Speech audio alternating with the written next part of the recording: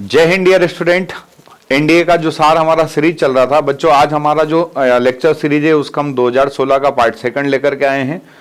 तो अब बच्चों आपको बिल्कुल भी चिंता ना करना है और आपके सामने अब बहाना बनाने का भी समय नहीं है। क्यों नहीं है? क्योंकि आप लोग देख रहे होंगे आपके पास में 2022 से लेकर तो 2016 तक 2016 तक सारे के सारे प्रीवियस ईयर आपके विथ सॉल्व आपको मैंने करवा रखे हैं। और दूसरा, जिस बच्चे के सामने ये था कि सर हम लोग थ्योरी कहाँ से पढ़े, इनके एमसीक्यूज हम लोग कहाँ से लगाए, तो बच्चों उसके लिए आपके लिए शाम को 7 से 8 में संकल्प जो हमारा सीरीज चल रहा है, जिसमें हम अभी वर्ल्ड ज्योग्राफी ऑलमोस्ट हम लोग आधा कर चुके हैं हमारे अकॉर्डिंग टू सिलेबस, और लगभग आने वाले 15 डेज में हमारा वर्ल्ड ज्योग्राफी वहाँ फिनिश होने वाला है। तो जो बच्चा अभी तक उस क्लास को ज्वाइन नहीं किया, आप जल्दी से शाम को 7 से 8 वाली क्लास को ज्वाइन करके देखिए, जरूर आपको मजा आएगा।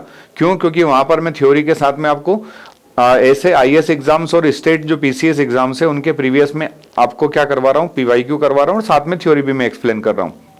ठीक है, तो आज का जो 2016 का बच्चों हमारा सीरीज है सेकंड वाला, उस सेकंड वाले क्वेश्चन में हम लोग देखेंगे। तो पहले ही हमारा जो क्वेश्चन है वो बच्चों स्टार्ट हो रहा है कहाँ से, हम लोगों को स्टेटमेंट से रिगार्डिंग क्वेश्चन दिए हुए हैं। जो स्टेटमेंट से रिगार्डिंग क्वेश्चन हमारे होंगे उसमें कुछ इस तरह से हमारे पास 4 ऑप्शन होंगे, है ना। पहला ऑप्शन आपका होगा कि या तो दोनों हमारा स्टेटमेंट जो इंडिविजुअल करेक्ट है और जो आपका फर्स्ट है उसका सेकंड क्या कर रहा है, एक्सप्लेनेशन कर रहा है। जो सेकंड जो स्टेटमेंट रहेगा वो पहले का क्या करेगा, एक्सप्लेनेशन भी करेगा। दूसरे में हम लोग बोलेंगे कि दोनों इंडिविजुअली अलग अलग है, यानी कि स्टेटमेंट एक भी सही है और दो भी सही इंडिविजुअल है, लेकिन जो सेकंड वाला वो फर्स्ट का एक्सप्लेनेशन नहीं करता है। वो थर्ड है, स्टेटमेंट फर्स्ट ट्रू है बट सेकंड रॉन्ग है। और जो आपका डी स्टेटमेंट रहेगा कि statement first is false and second is true. ये आपके सामने ऑप्शन है, आगे क्वेश्चन में ऑप्शन नहीं मिलने वाले हैं। तो देखिए क्वेश्चन नंबर 51 हमारे सामने लिखा हुआ है कि राजस्थान के पश्चिमी भाग में वार्षिक जो वृष्टि यानी कि रेनफॉल जो उसकी परिवर्तनता अधिक है ना। Variability of rainfall falls in very high in the western part of the Rajasthan. तो क्या ये बात सही है? क्या पश्चिमी राजस्थान में वर्षा की विचलनशीलता वेरिएबिलिटी ज्यादा है क्या? तो हम बोलेंगे हाँ, स्वाभाविक सी बात से ज्यादा है, यानी कि वहां पर वेरिएशन बहुत ज्यादा है ना। आप जैसलमेर वाले क्षेत्र में जा रहे तो वहां 6 सेंटीमीटर ही बारिश मिल रही है, जबकि हम लोग देखेंगे पूर्वी भाग में उसके आके तो वहां बारिश की मात्रा थोड़ी सी हम लोगों को ज्यादा मिल जाती है बच्चों। ठीक है, दूसरा जो स्टेटमेंट बोल रहा है ना, average annual rainfall is extremely low in the western Rajasthan. क्योंकि वेस्टर्न राजस्थान वाला जो पार्ट है अरावली के कहाँ है, पैरेलल है, और अरावली के पैरेलल होने के कारण यहाँ पर मानसूनल विंड क्या नहीं कर पाती, रुक नहीं पाती, इसलिए क्लाउड का फॉर्मेशन कम होता है। इसलिए western part of the Rajasthan क्या करता है, लो रेनफॉल गेन करता है, लो रेनफॉल गेन करता है। ठीक है, तो हम लोग देख रहे हैं यहाँ पर बच्चों दोनों स्टेटमेंट अपनी अपनी जगह सही है, यानी कि पहला स्टेटमेंट भी हम बोल रहे हैं कि राजस्थान के वेस्टर्न पार्ट में क्या ज्यादा हो रहा है, वेरिएशन ज्यादा हो रहा है रेनफॉल में, और दूसरा हम क्या देख रहे हैं, average annual rainfall is extremely low, यानी कि एवरेज जो रेनफॉल है वो भी कम है। तो बच्चों सेकंड भी सही है और फर्स्ट भी सही है, लेकिन क्या सेकंड स्टेटमेंट फर्स्ट का आप लोग देखेंगे एक्सप्लेनेशन कर रहा है क्या? ऐसा कहीं लिखा है क्या सेकंड में? अरावली माउंटेन पैरेलल इसलिए वेस्टर्न वाले पार्ट में मानसून रुक नहीं पाता है, बादल नहीं बना पाता और बारिश नहीं होती, ऐसा कुछ नहीं लिखा। उसने बोला कि एनुअल भी लो है, वेरिएशन में ज्यादा, तो दोनों इंडिविजुअली करेक्ट है, लेकिन सेकंड जो है फर्स्ट का एक्सप्लेनेशन नहीं कर रहा है, यानी कि ऑप्शन बी जो होगा वो हमारा सही होगा। ऑप्शन बी जो होगा वो हमारा सही होगा कि both are individually are correct and second is not explanation of first. चलिए अगला देखिए क्वेश्चन नंबर 52।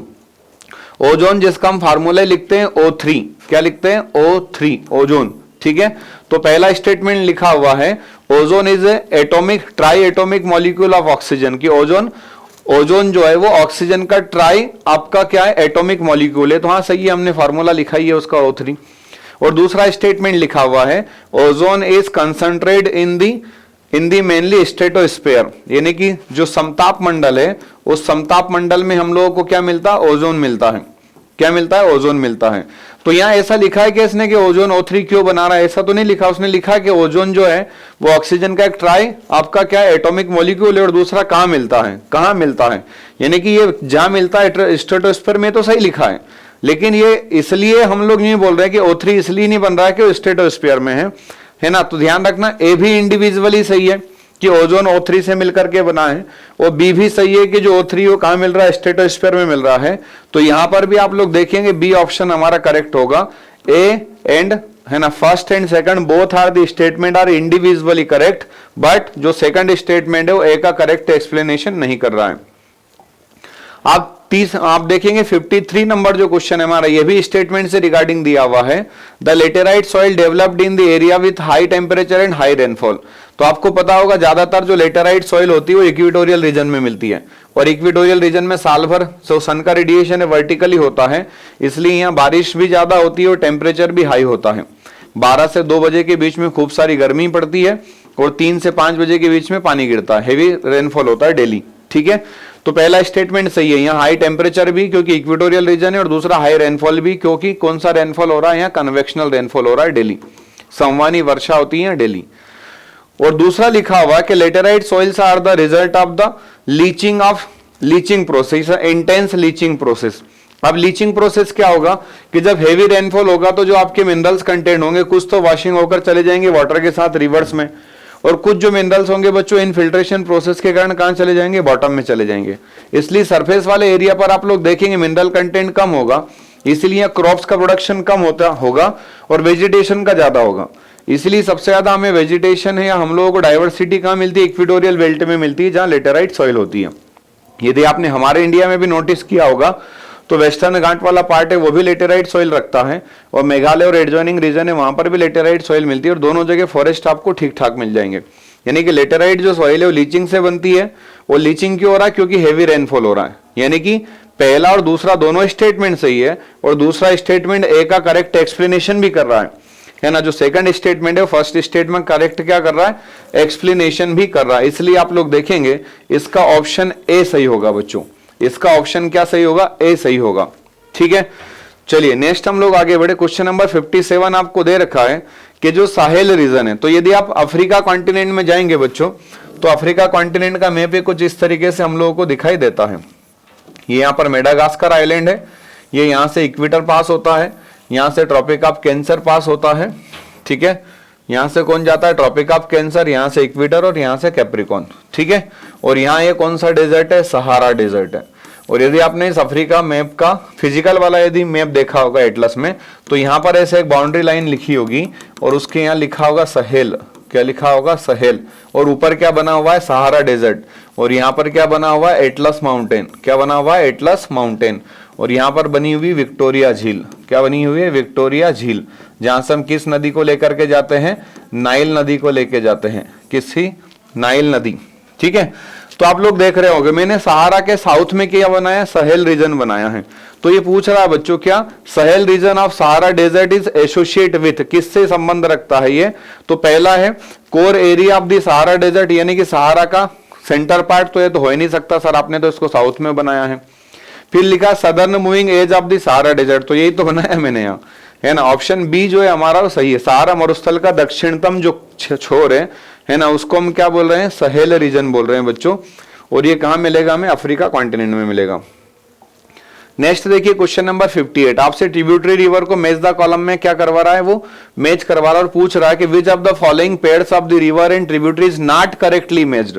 ध्यान रखना नॉट लिखा हुआ है, तो गोदावरी की वैनगंगा, पेनगंगा, है ना, इंद्रावती, वर्धा, प्राणहिता, ये सब हम पढ़ के आई हैं, है ना। भवानी, लोका पावनी भी हम कावेरी की पढ़कर आए हैं, लेकिन ये जो अमरावती लिखी क्या, नर्मदा की है क्या, नहीं है ना। अमरावती, हेमावती, अर्कवती हम लोग पढ़ करके आए हैं, है ना, किसके, कावेरी रिवर के, तो ये यहाँ पर गलत लिखा हुआ है।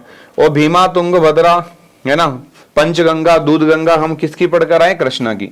तो ऑप्शन सी जो हमारा है बच्चों राइट होगा, नर्मदा का अमरावती ट्रिब्यूटरी नहीं है, अमरावती जो नदी है वो नर्मदा की सहायक नदी नहीं है, ये गलत ऑप्शन लिखा हुआ है। ठीक है, चलिए नेक्स्ट देखिए question number 59, in which of the following countries the Mediterranean type of biome. अब जो मेडिटेरियन टाइप ऑफ बायोम है बच्चों कहां पर मिलता है, ये मिलता हम लोग को इक्वेटोरियल रीजन में 0 से 10 नॉर्थ और 0 से 10 साउथ वाले रीजन में। ठीक है, 0 डिग्री से 10 डिग्री नॉर्थ लेटीट्यूड और 0 डिग्री से 10 डिग्री साउथ लेटीट्यूड के बीच में मिलता है।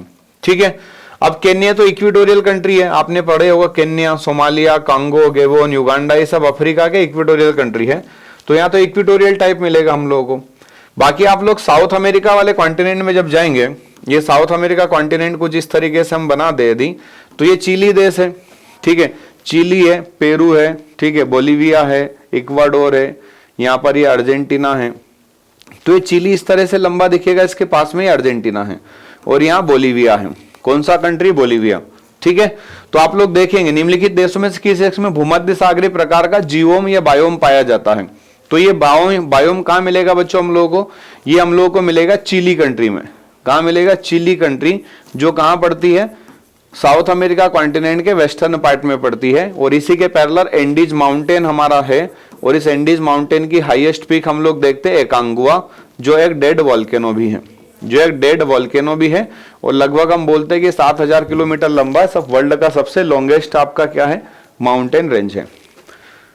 फिर नेक्स्ट देखिए अगला 2011 सेंसस। आप देख रहे होंगे बच्चों लगभग कोई ऐसा पेपर छूटा होगा जहां 2011 के सेंसस से हम लोगों से क्वेश्चन ना पूछा गया हो।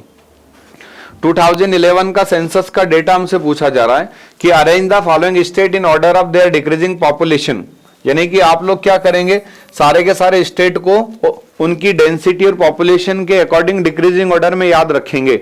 ठीक है, क्योंकि इससे क्वेश्चन हम लोगों से पूछा जा रहा है। डिक्रीजिंग ऑर्डर हमें जमाना है अकॉर्डिंग टू पॉपुलेशन और सेंसस 2011 के अकॉर्डिंग। तो आप देखेंगे महाराष्ट्र जो है लगभग इसका पॉपुलेशन 11 करोड़ है। ठीक है ना, 19 करोड़ किसका था? यूपी का 2011 के सेंसस के अकॉर्डिंग। बिहार का लगभग 10 करोड़ है, पश्चिम बंगाल का लगभग 9 करोड़ के आसपास है, और आंध्र प्रदेश का लगभग 5 करोड़ के आसपास है। ठीक है, तो देखो जरा इसका सीक्वेंस हम जमाएंगे तो सबसे पहले 3 आएगा, ठीक है, फिर 2 नंबर आएगा, फिर 1 नंबर आएगा, और फिर लास्ट में 4 नंबर आएगा। यानी कि ऑप्शन बी जो हमारा वो सही है कि यदि डिक्रीजिंग ऑर्डर हम देखेंगे तो महाराष्ट्र पहला, फिर उससे छोटा बिहार, उससे छोटा पश्चिम बंगाल, और उससे छोटा Andhra Pradesh according to population. ठीक है, अगला क्वेश्चन हम लोगों से वर्ल्ड के रिवर से उठा लिया है बच्चों कि उनके ड्रेन पॉइंट कहां कहां पर है। ठीक है, तो डेन्यूब नदी है, डॉन नदी है ना, निश्चर नदी है, ये सारी नदियां जाकर के गिरती कहां पर? काला सागर में। डेन्यूब नदी है ना, काफी महत्वपूर्ण नदी है, यूरोप की इंपॉर्टेंट रिवर है, 5 देशों की राजधानियों से होकर के जाती है, ब्राटिस्लावा है ना, बेलग्रेड। ठीक है, उसके बाद में हम देखेंगे बुडापेस्ट, बुखारेस्ट, वियना, यहां से होते हुए जाती है कौन सी नदी? डेन्यूब। और कहां जाकर गिरती है? ब्लैक सी में। फिर जो राइन नदी है फ्रांस की, जिसको हम बोलते हैं ये सबसे बिजिएस्ट रिवर है, सबसे व्यस्ततम नदी है, कहां जाकर के गिरती? उत्तरी सागर में। फिर जो रोन नदी है जाकर कहां गिरती है बच्चों? मेडिटेरियन सी में, फ्रांस स्पेन की महत्वपूर्ण नदी है। और लायर नदी जाकर के गिरती है बिस्के की खाड़ी में, बिस्के की खाड़ी जो फ्रांस के वेस्ट में है। तो ए का 2 होना चाहिए, तो ए का 2 है। ठीक है, राइन नदी बी का 1 होना चाहिए, तो आप देख रहे होंगे बी का 1 होगा।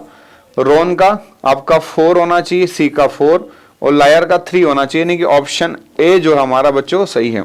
ठीक है, option A is right answer. और ये सारे के सारे जो रिवर है बच्चों यूरोप कंट्री के हैं। चलिए नेक्स्ट हम लोग देखेंगे बायोडाइवर्सिटी से क्वेश्चन हम लोगों से पूछा जा रहा है ना, with reference to biodiversity which of the following statement are correct? First है species richness and high degree of endemism and are important criteria for identify biodiversity hotspot. यानी कि जैव विविधता के हॉटस्पॉट के लिए हम महत्वपूर्ण जो मापदंड है वो क्या है कि वहां पर क्या होगा? जाति समृद्धता, यानी कि स्पीसीज रिचनेस होगा, यानी कि बहुत ज्यादा वहां पर क्या होंगे? एनिमल के, प्लांट्स के स्पीसीज बहुत ज्यादा होंगे। दूसरा, species diversity is highest in the tropics and decrease from the poles. यानी कि हम लोग देखेंगे यहाँ जैव विविधता वाले क्षेत्र में इक्वेटोरियल रीजन में बारिश ज्यादा होती है, तो यहाँ पर बायोडाइवर्सिटी ज्यादा मिलेगी। और जैसे जैसे हम लोग कहाँ जाएंगे? जैसे जैसे हम लोग पोल की तरफ जाएंगे तो रेनफॉल कम होगा, सनलाइट कम होगा, तो डाइवर्सिटी कम होगा। ठीक है, तो दूसरा स्टेटमेंट भी सही है हमारा। और तीसरा, बायोडाइवर्सिटी कंजर्वेशन में भी in situ as well as ex situ. तो आप लोगों ने देखा होगा बच्चों कि जो नेशनल पार्क होते हैं वो नेशनल पार्क में हम लोग क्या करते हैं? जो जानवर जहां रहना पसंद कर रहा है उसको वहीं पर हम प्रोटेक्ट कर देते हैं, है ना। तो हम लोग वहां पर देख रहे हो कैसा इन सीटू कंजर्वेशन है। इन दोनों में डिफरेंस इतना सा होता है, इन सीटू मतलब जहां उसका नेचुरल हैबिटेट है, शेल्टर है, वहीं पर प्रोटेक्शन कर देना, वो इन सीटू है। और यदि वहां से उसको कहीं दूसरी जगह ला करके हम उसका प्रोटेक्शन करें, जैसे जू हो गया, तो जू उसका कोई नेचुरल हैबिटेट सेंटर नहीं है कि वो पहले से ही वहीं रह रहा है ना। वहां पर हमने उसको ला करके छोड़ा है बच्चों, तो यदि एक प्लेस से उसको दूसरे प्लेस पे ले जा करके वहां पर उसका हम कंजर्वेशन कर रहे तो एक्स सीटू कंजर्वेशन है। जहां वो था उसका हैबिटेट सेंटर वहीं पर ही हमने प्रोटेक्शन कर दिया तो वो हो गया इन सीटू, और किसी दूसरे प्लेस पर ले जा करके हम उसका करेंगे तो हो जाएगा एक्स सीटू कंजर्वेशन। ठीक है, तो बच्चों इसमें तीनों ही स्टेटमेंट सही है हमारे कि जहां स्पीसीज रिचनेस होगी ठीक है, उसको हम बायोडाइवर्सिटी का हॉटस्पॉट बोलेंगे। जहां स्पीसीज डाइवर्सिटी होगी हाईएस्ट और पोल की तरफ जाएंगे तो कम होगा, ये भी सही है।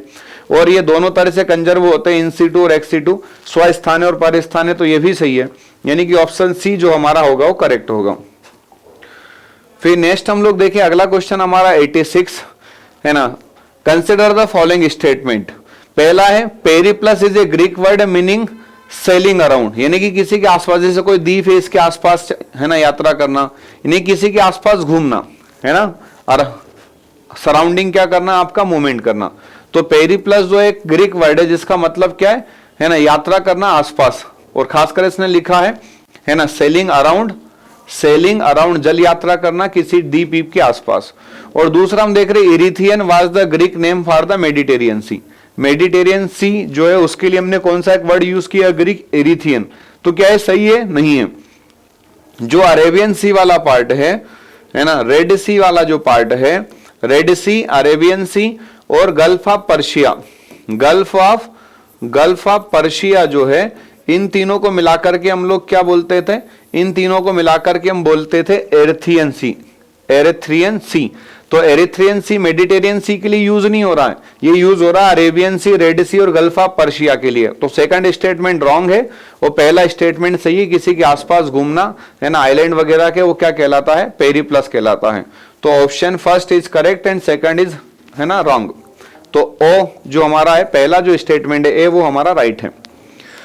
फिर नेक्स्ट देखिए अगला, मेडिटेरियन टाइप क्लाइमेट है ना, climatic regions of the world से हमारा क्वेश्चन उठाया है बच्चों इसमें, ठीक है। तो क्लाइमेटिक रीजन्स ऑफ वर्ल्ड के बारे में हम देखें तो हम लोग एक क्लाइमेटिक रीजन्स पढ़ते हैं 30 से 45 के बीच में, मेडिटेरियन टाइप क्लाइमेट। कौन सा क्लाइमेट, मेडिटेरियन, जहां बहुत ज्यादा बारिश नहीं होता है, सामान्य बारिश होता है, इसलिए इस वाले जोन में सिट्रस फ्रूट ज्यादा होते हैं, खट्टे फल का प्रोडक्शन यहाँ पर बच्चों ज्यादा होता है।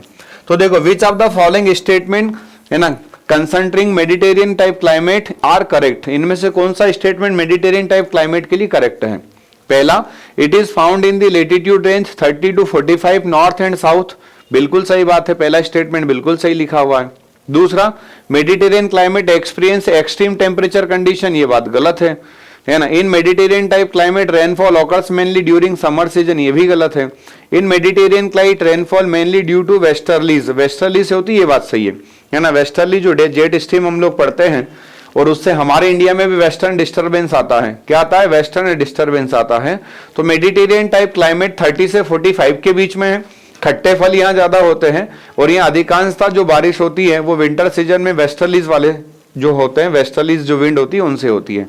तो आप देखेंगे पहला और चौथा स्टेटमेंट सही है इसमें, और ऐसा ऑप्शन लिखा हुआ है बी में कि 1 and 4 आर राइट ओनली, ठीक है। चलिए नेक्स्ट क्वेश्चन हम लोग देखें, क्वेश्चन नंबर 92 हम लोगों को दिया हुआ, arrange the following state decreasing order their total area under forest, है ना। देखो ये 2021 का हम फॉरेस्ट रिपोर्ट देखेंगे, है ना, अभी वर्तमान में जो हमारे सामने आएगा, लेकिन ये 2016 का हम लोग पेपर देख रहे हैं बच्चों। कब का पेपर देख रहे हैं हम, 2016 का। तो हमारे यहाँ तो इसके पहले 2019 में फॉरेस्ट रिपोर्ट आया था, फिर 2017 में आया था, फिर 2015 में आया था, ठीक है, क्योंकि हर 2 साल में आता है फॉरेस्ट सर्वे रिपोर्ट। तो 15, फिर 16, 17, फिर 18, 19, फिर 20, 21, इस तरह से हम लोग देख रहे हैं। अभी हमारे सामने जो फॉरेस्ट सर्वे रिपोर्ट आया 2021 का, ये भारत का 17वां फॉरेस्ट सर्वे रिपोर्ट है, 17वां फॉरेस्ट सर्वे रिपोर्ट है, जो बताता है भारत में 21.71% एरिया फॉरेस्ट से कवर्ड है, ठीक है। और कब से हम फॉरेस्ट सर्वे रिपोर्ट जारी कर रहे हैं, 1987 से, 1987 से। तो देखो सबसे ज्यादा फॉरेस्ट एरिया हम लोगों को मिलता है मध्य प्रदेश में। कहां पर मिलता है, मध्य प्रदेश में, क्योंकि यहाँ बात किसकी कर रहा है, वो एरिया की, यहाँ परसेंटेज की बात नहीं हो रही बच्चों। परसेंटेज होता तो मैं मिजोरम से शुरू करता, लेकिन ये बात किसकी कर रहा है, एरिया की, इसलिए मैंने शुरू किया मध्य प्रदेश से, ठीक है। दूसरा नंबर किसका आता है, अरुणाचल प्रदेश का। वर्तमान में देखोगे तो लगभग इसके साथ 77,000 77,000 है, इसके पास में 66,000, वर्तमान की बात कर रहा हूं, है ना। इसके पास लगभग 55,000 है, ठीक है। तो आप देखोगे पहला नंबर चौथा, दूसरा नंबर तीसरा, है ना, दूसरा और पहला, यानी कि उल्टा आपको क्या करना है, 4 3 2 1 आपको अरेंज कर देना है। तो यदि हम लोग देखेंगे फॉरेस्ट सर्वे रिपोर्ट जो 2015 में आया होगा, उसके बाद 2016 में प्रश्न पूछा गया होगा, तो उसके अकॉर्डिंग ये हमारे जो स्टेट्स हैं इनका डिक्रीजिंग ऑर्डर यदि हम देख रहे हैं according to area, forest area, तो सबसे ज्यादा फॉरेस्ट एरिया मध्य प्रदेश में आज भी और 2016 में भी था, है ना। दूसरा सबसे ज्यादा फॉरेस्ट एरिया अरुणाचल प्रदेश में आज भी और पहले भी था, और छत्तीसगढ़ में तीसरा है और झारखंड में चौथा है। तो बच्चों आप जरूर जरूर याद कर लीजिएगा सारे के सारे 28 राज्य और 8 केंद्र शासित प्रदेश को, किस आधार पर, उनके फॉरेस्ट के परसेंटेज के आधार पर भी डिक्रीजिंग ऑर्डर में, और हो सके तो एरिया के आधार पर भी, कम से कम ऊपर वाले 3 और नीचे वाले 3 तो याद रह ही रहे। ठीक है, चलिए नेक्स्ट 92 नंबर के बाद हम लोग बढ़े। क्वेश्चन नंबर 126 हम लोगों से पूछा गया है एनर्जी रिसोर्सेस से। किससे पूछा? Energy resources. तो मध्य प्रदेश में एक सिंगरौली जिला है जहां पर बेढन पड़ता है, बेढन सिंगरौली, जिसको मध्य प्रदेश की ऊर्जा राजधानी बोलते हैं, energy capital of Madhya Pradesh बोला जाता है। तो सिंगरौली जिले में सासन एक मेगा हमारे पास में प्लांट है मध्य प्रदेश में। दूसरा मुंद्रा प्लांट आपने सुना होगा गुजरात में। तिलैया, बराकर, है ना, दामोदर, ये सारे आपने प्रोजेक्ट के नाम सुने होंगे। हाइडल पावर प्रोजेक्ट है झारखंड में। और आपने पट्टनम, विशाखापट्टनम, नागपट्टनम, दूजापट्टनम, तो पट्टनम से आप याद रख ले होंगे आंध्र प्रदेश। तो ए का होना चाहिए 2, ए का 2 हमारे पास में, ए में भी है और सी में भी है। मुंद्रा बी का 1, सी का 4 और डी का 3, यानी कि राइट ऑप्शन हमारा हो गया बच्चों सी। यानी कि एनर्जी रिसोर्सेस वाला टॉपिक भी बच्चों हमारे लिए काफी इंपॉर्टेंट है। फिर नेक्स्ट हम लोग देखिए, अगला क्वेश्चन हम लोगों से पूछा जा रहा है बच्चों, वो एनर्जी रिसोर्स से रिलेटेड है। Which of the following sector is the largest contribution of the carbon dioxide emission from the composition of India, fuel consumption of India। निम्नलिखित क्षेत्र में से कौन सा एक क्षेत्र है जो भारत में ईंधन खपत से बोल रहा हूं, ईंधन खपत से कार्बन डाइऑक्साइड का उत्सर्जन का सबसे बड़ा योगदान करता है। ठीक है, पहला इलेक्ट्रिसिटी एंड हीट प्रोडक्शन, विद्युत और ऊष्मा का उत्पादन। दूसरा है ट्रांसपोर्टेशन। तीसरा मैन्युफैक्चरिंग इंडस्ट्रीज एंड आपका कंस्ट्रक्शन वर्क, निर्माण जो कार्य होते हैं घर वगैरह का, और अदर्स। तो बच्चों आप देखोगे आज भी वर्तमान में हम देख रहे हैं भारत की लगभग 55 से 60% बिजली हम किससे बना रहे हैं? Coal based thermal power plant से, है ना। Coal based thermal power plant से हम बना रहे हैं ना, coal based thermal power plant से हम लोग बिजली बना रहे हैं। तो सबसे ज्यादा हम लोग कोयला जला रहे होंगे बिजली बनाने के लिए। तो इलेक्ट्रिसिटी के प्रोडक्शन के लिए हम लोग क्या कर रहे हैं? फ्यूल बर्निंग कर रहे हैं। ठीक है, ईंधन को जला रहे हैं और उससे कार्बन डाइऑक्साइड का इमिशन कर रहे हैं। तो ऑप्शन ए जो है हमारा बच्चों राइट है। फिर नेक्स्ट क्वेश्चन की तरफ हम आगे बढ़े। क्वेश्चन नंबर 129 अगेन हम लोगों से पूछा है सेंसस से, है ना। यानी कि आप देख लो सेंसस का कितना इंपॉर्टेंस है। 2011 की जनगणना के अनुसार निम्नलिखित में राज्यों में से किस एक में बसे हुए गांवों की संख्या सबसे ज्यादा है? तो पहले तो आपको याद रखना कि भारत में लगभग 6,40,000 गांव हैं। 6 लाख कितने? 46,000। 6,40,000 गांव है अकॉर्डिंग टू 2011 सेंसस। ठीक है, और इसमें से वो पूछ रहा highest number of inhabited village, जहां पर गांव बसे हुए ज्यादा है, उन राज्य का नाम पूछ रहा है। तो बच्चों आपको ये पता ही होगा कि सबसे ज्यादा हमारे पॉपुलेशन उत्तर प्रदेश में है, और हम लोग देखेंगे यहाँ लगभग 1 लाख गांव हैं। कितने गांव हैं? 1 लाख गांव है 6,40,000 में से, और सबसे कम लगभग 8 गांव लक्षद्वीप में है। 8 गांव कहां पर है? लक्षद्वीप में है। ठीक है, 8 गांव कहां पर है? लक्षद्वीप में। तो सबसे ज्यादा गांव वाला जो 2011 के अनुसार उत्तर प्रदेश है, और टोटल गांव हमारे पास में 6,40,000 है। फिर नेक्स्ट क्वेश्चन की तरफ बढ़े आगे। अगला क्वेश्चन हमसे पूछ रहा है वो एग्रीकल्चर से related. Which one of the following is the correct descending order of countries in terms of per capita availability of arable land? Per capita availability of आपका एरेबल लैंड, एग्रीकल्चर की जो उपलब्ध भूमि है ना, उसके आधार पर देशों का सही क्रम बताना है। ठीक है, तो देखो इंडिया है, चाइना, ब्राजील, और आपको ऑर्डर कौन सा बताना बच्चों? डिसेंडिंग ऑर्डर, घटते क्रम, मतलब सबसे ज्यादा से सबसे कम। तो आप देखो इंडिया जो है, चाइना जो है, ये वर्ल्ड की 2 सबसे मोस्ट पॉपुलेशन वाली कंट्री है। ठीक है, और इंडिया के पास हम लोग देख रहे हैं एग्रीकल्चर लैंड ज्यादा कंपेरेटिव टू चाइना, क्योंकि वहां पॉपुलेशन थोड़ी ज्यादा है और एरिया भले हमसे ज्यादा होगा, लेकिन कुछ लैंड एरिया जो होगा वो एग्रीकल्चर के लिए सुटेबल नहीं होगा। लेकिन जो ब्राजील है, हम लोग देख रहे हैं ब्राजील जो ऑस्ट्रेलिया से भी बड़ा कंट्री है। यदि हम एरिया वाइज देखें, चाइना हो गया, कनाडा हो गया, ठीक है, रशिया है, कनाडा है, चाइना है, यूएस है, और फिर ब्राजील का नंबर आता कहीं ना कहीं 5वें नंबर पर, छठा ऑस्ट्रेलिया और 7वां में इंडिया बोलते हैं। लेकिन ब्राजील के पास एरिया ज्यादा लेकिन पॉपुलेशन कम है बच्चों। पॉपुलेशन क्या है? कम। तो सबसे पहले हम देखेंगे सबसे ज्यादा एरेबल लैंड किसके पास है? ब्राजील के पास। ठीक है, फिर किसके पास है? इंडिया के पास। और फिर किसके पास है, चाइना के पास। यानी कि आप देखेंगे ऑप्शन डी जो हमारा वो सही है। यानी कि ब्राजील के पास एरिया ज्यादा है, पॉपुलेशन कम है, तो एक व्यक्ति के हिस्से में वहां पर कृषियों की भूमि ज्यादा आएगी, ठीक है। उससे फिर बाद हम कहाँ आएंगे, इंडिया के पास, और फिर कहाँ आएंगे, चाइना के पास। तो ऑप्शन डी जो हमारा है वो सही है। फिर आगे आप देखेंगे यहाँ पर एंडोजेनेटिक एक्सोजेनेटिक फोर्स से रिलेटेड एक क्वेश्चन हमसे पूछा जा रहा है। एंडोजेनेटिक एक्सोजेनेटिक यानी कि ग्राउंड वाटर जो है, इस ग्राउंड वाटर के द्वारा कौन सा स्ट्रक्चर बनता है, तो आप देखेंगे कि जहां पर सोल्यूबल रॉक्स होते हैं, घुलनशील चट्टानें घुलकर चली जाती है, तो वहां पर क्या हो जाता है, रफ स्ट्रक्चर बन जाता है, उबड़ खाबड़ जगह बन जाती है। और उस रफ स्ट्रक्चर उबड़ खाबड़ जगह को हम क्या बोलते हैं, लेपीज बोलते हैं। लेपीज क्या बोलते हैं उसको, लेपीज बोलते हैं। तो ग्राउंड वाटर ने बना दिया लेपीज, ठीक है।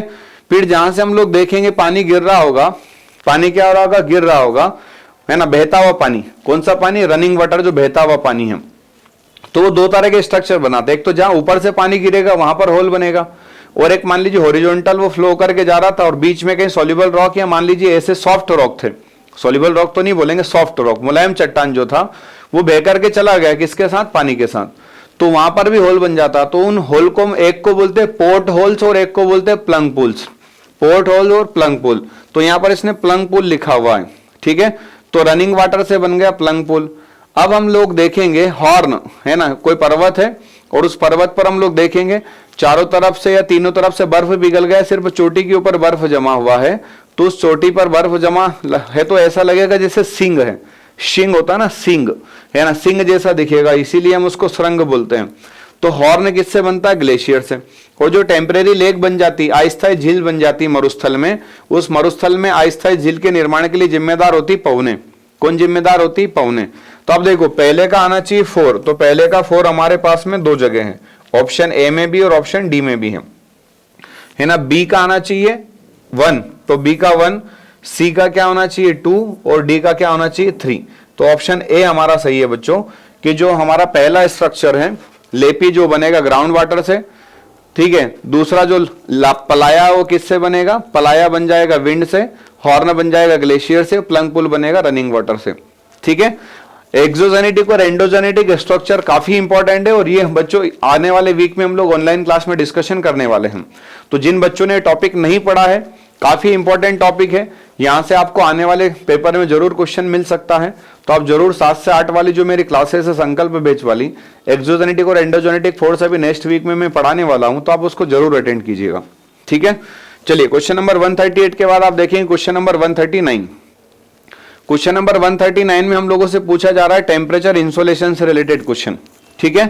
Which are the following statements, है ना, कंसर्निंग टेम्परेचर इज करेक्ट। तापमान के बारे में इसमें से कौन सा जो स्टेटमेंट है वो करेक्ट है। पहला पूछा है in winter season isotherm is northern hemisphere is more less circular on continents. Continents के ऊपर, महाद्वीपों के ऊपर कैसे होते हैं, वो लगभग वृत्ति होते हैं। शीत ऋतु में उत्तरी गोलार्ध में समदाब रेखा महाद्वीप और लगभग वृत्ति होती है, लगभग कैसी होती है, सर्कुलर होती है। और दूसरा है isotherm are parallel to the latitude in the southern hemisphere. दूसरा क्या बोल रहा है कि आइसोबार जो है हमारे वो पैरेलल है किसमें, सदर्न हेमिस्फीयर में। और तीसरा minimum temperature during winter in recorded in northern Canada, ये गलत है। कनाडा में, है ना, मिनिमम रिकॉर्ड नहीं किया गया, किस मंथ में, विंटर सीजन में। अब आप देखेंगे सर ये आइसोबार लाइन क्या होता है, तो आइसोबार लाइन के लिए बच्चों मैं एक डायग्राम लेके आया था, वो इसमें कॉपी नहीं कर पाया, सॉरी। चलो तो आप लोग देखेंगे आइसोबार क्या होता है। आइसोबार बच्चों वो आपकी इमेजिनरी लाइन होती है। आइसोबार बच्चों वो इमेजिनरी लाइन होता है जो दो प्लेस के इक्वल प्रेशर को क्या करता है, कनेक्ट करता है। दो जगह समान वायुदाब है तो समान वायुदाब वाली रेखाओं को मिलाने वाली जो काल्पनिक रेखा है उसको हम क्या बोलते हैं, आइसोबार लाइन बोलते हैं। क्या बोलते हैं, आइसोबार लाइन। तो पहला स्टेटमेंट भी सही है बच्चों, क्या कि विंटर सीजन में लगभग सर्कुलर रहता है, कहां पर, नॉर्थ हेमिस्फीयर में। और दूसरा स्टेटमेंट भी सही कि आइसोबार पैरेलल होते हैं, कहां पर, साउथ हेमिस्फीयर में। कहां पर, साउथ हेमिस्फीयर में। लेकिन तीसरा स्टेटमेंट गलत है कि विंटर सीजन में कनाडा में मिनिमम टेम्परेचर हमने रिकॉर्ड किया है ना। वो आपने देखा होगा, हम लोग एशिया का जो साइबेरिया का जो बरखो यास्क है, उस बरखो यास्क में हम लोग रिकॉर्ड किए हैं। कहां, बरखो यास्क में। तो पहला और दूसरा स्टेटमेंट राइट है बच्चों, हमारा ऑप्शन ए सही है। ऑप्शन ए जो हमारा वो क्या है, राइट स्टेटमेंट है। चलिए नेक्स्ट आप लोग देखिए क्वेश्चन नंबर 140। ये हम लोगों से पूछा गया बच्चों, कहां से ये क्वेश्चन हम लोगों से पूछा गया है, प्राकृतिक क्षेत्र से या क्लाइमेटिक रीजन से। ठीक है। Which of the following statement concerning natural regions of the world are correct. पहला, equatorial type climate region have less urbanisation, तो सही बात है। इक्वेटोरियल वाले रीजन में बारिश ज्यादा होती है, इसलिए वहां पर वनस्पति ज्यादा है, फॉरेस्ट ज्यादा, इसलिए नगरीकरण नहीं हो पाया। हाँ, आने वाले समय में बात अलग होगी कि अगर जमीन ही नहीं बचेगी तो क्या करेंगे लोग, वहां पर भी जाकर के रहना शुरू करेंगे। ठीक है, तो हम क्या बोल रहे हैं, equatorial climatic region have less urbanization, कि यहां पर नगरीकरण कम हुआ है, तो ये स्टेटमेंट सही है। दूसरा, Mediterranean climatic region have high level of urbanization, यहां पर अर्बनाइजेशन ज्यादा हुआ 30 से 45 के बीच में। फिर आप देखें, equatorial climatic region have high concentration of human population, तो जब अर्बनाइजेशन वहां नहीं हुआ तो ह्यूमन पॉपुलेशन ज्यादा कहां से हो जाएगा। फिर Mediterranean climatic regions practice plantation farming, plantation farming के जो मेडिटेरियन टाइप में क्लाइमेटिक रीजन होता है वहां पर क्या होता है, प्लांटेशन फार्मिंग होता है। प्लांटेशन फार्मिंग मतलब क्या, तो बच्चों आपने नाम सुना होगा किसका, जैसे हम बनाना का क्या करते हैं, प्लांटेशन पार्क लगाते हैं। बनाना के अलावा हम लोग दूसरा क्या करते हैं, जैसे ऑरेंज हो गया, क्या हो गया, ऑरेंज हो गया। तो यहां पर आप देखेंगे बनाना है, ऑरेंज है, ऐसे आपके जिनके हम लोग लगा देते हैं और फिर साल 2 साल तक उनका प्रोडक्शन चलता रहता है। या एक जिसको हम रोपण फसल भी बोलते हैं, जैसे धान हो गया रोपते हैं उसको, प्याज हो गया उसकी रोपाई करते हैं, चाय है, कॉफी है, ये सब कैसे आपके, तो चाय, कॉफी, कोकोनट, रबर, चाय, टी, कॉफी, कहवा है ना, रबर को रबर ही बोलेंगे, और नारियल, कोकोनट, ये 4 हमारे कैसे हैं, ये 4 हमारे प्लांटेशन क्रॉप्स हैं। कैसे क्रॉप्स है, प्लांटेशन क्रॉप्स हैं। तो प्लांटेशन क्रॉप हम लोग देखेंगे ज्यादातर जहां थोड़ी बहुत बारिश होती है वहां पर हम लोग करवाते हैं। जैसे नारियल हमारे यहाँ केरला में होता, हम प्रोडक्शन करवाते हैं। कॉफी हमारे हम कर्नाटका में करवाते हैं, ठीक है। उसके अलावा टी आसाम में करवाते हैं। तो ऐसे क्षेत्र हैं जहाँ बारिश ज्यादा हो रही है, लगभग 200 सेंटीमीटर के आसपास बारिश हो रही है। मेडिटेरियन में तो वैसे ही बारिश कम होती है, तभी तो यहाँ खट्टे फल होते हैं, सिट्रस फ्रूट्स होते हैं। तो पहला और दूसरा स्टेटमेंट सही है बच्चों हमारा, कि इक्वेटोरियल रीजन में क्या हो रहा है, लेस अर्बनाइजेशन है, यानी कि वह नगरीकरण कम हुआ है। और दूसरा क्या बोल रहे हैं हम लोग, क्यों कम हुआ है उसके पीछे कारण बता चुका हूं, बारिश ज्यादा हो रही है और वहां पर फॉरेस्ट ज्यादा है, ठीक है, बायोडाइवर्सिटी ज्यादा है। मेडिटेरियन क्लाइमेटिक रीजन है हाई लेवल ऑफ अर्बनाइजेशन, हाँ ये जरूर सही है, 30 से 45 के बीच में, 30 से 45 डिग्री के बीच वाला बेल्ट हम क्या बताते हैं, मेडिटेरियन टाइप क्लाइमेट बताते हैं। तो वहां अर्बनाइजेशन ज्यादा हुआ है, वहां नगरीकरण ज्यादा है। आप देखेंगे तो वहां पर आपको क्या मिलेंगे, देश की संख्या ज्यादा मिल जाएगी, वहां लोग भी ज्यादा घने बसे हुए हैं, है ना। इसमें खास करके चाइना वाला क्षेत्र भी आपको मिल जाएगा। और इक्वेटोरियल क्लाइमेटिक रीजन में क्या हो रहा है, high concentration of human population है, तो नहीं है। जब यहाँ हम बोलते हैं अर्बनाइजेशन नहीं है तो पॉपुलेशन भी कम होगी। प्लांटेशन फार्मिंग होता है मेडिटेरियन में, तो नहीं होता है। तो आप देखो इसमें क्या क्या लगा दिया उसने, वेजिटेशन भी लगा दी। आपको वेजिटेशन पता होगा तो हम लोग यहाँ काम कर पाएंगे। आपको यदि रेनफॉल के बारे में पता तो हम लोग इस आंसर को फाइंड कर पाएंगे, ठीक है। और सिंपल सा, या तो आप नेचुरल वेजिटेशन रीजन, ये क्लाइमेटिक रीजन पढ़ के आएंगे तो हम इसको बना पाएंगे। यानी कि आपको कई बार एक क्वेश्चन को बनाने के लिए आपको क्या होना पड़ेगा, मल्टी डायमेंशनल वर्क करना पड़ेगा। यानी कि आपके वो सारे टॉपिक क्लियर जो उससे रिलेटेड है तो ही आप उस क्वेश्चन को सॉल्व कर पाएंगे। क्यों, क्योंकि आपको सीधे सीधे यूपीएससी एग्जाम क्वेश्चन नहीं देती है बच्चों, आपकी अंडरस्टैंडिंग होना चाहिए। और 2 से 3 क्वेश्चन हमारे एग्जाम के अंदर इस तरह के मिलेंगे, है ना, जो सिर्फ हमारे अंडरस्टैंडिंग लेवल के कारण ही बन पाएंगे, ठीक है। तो ये हमारा आज का जो सेशन था बच्चों, इसमें हम लोगों ने कंप्लीट किया है। 2016 का पेपर हमारा कंप्लीट हो चुका है, ये हमारा पेपर 2nd था। नेक्स्ट लेक्चर में बच्चों में 2016 2016 का पेपर 1st मिलने वाला है, ठीक है। तब तक के लिए जय हिंद, जय भारत, वंदे मातरम।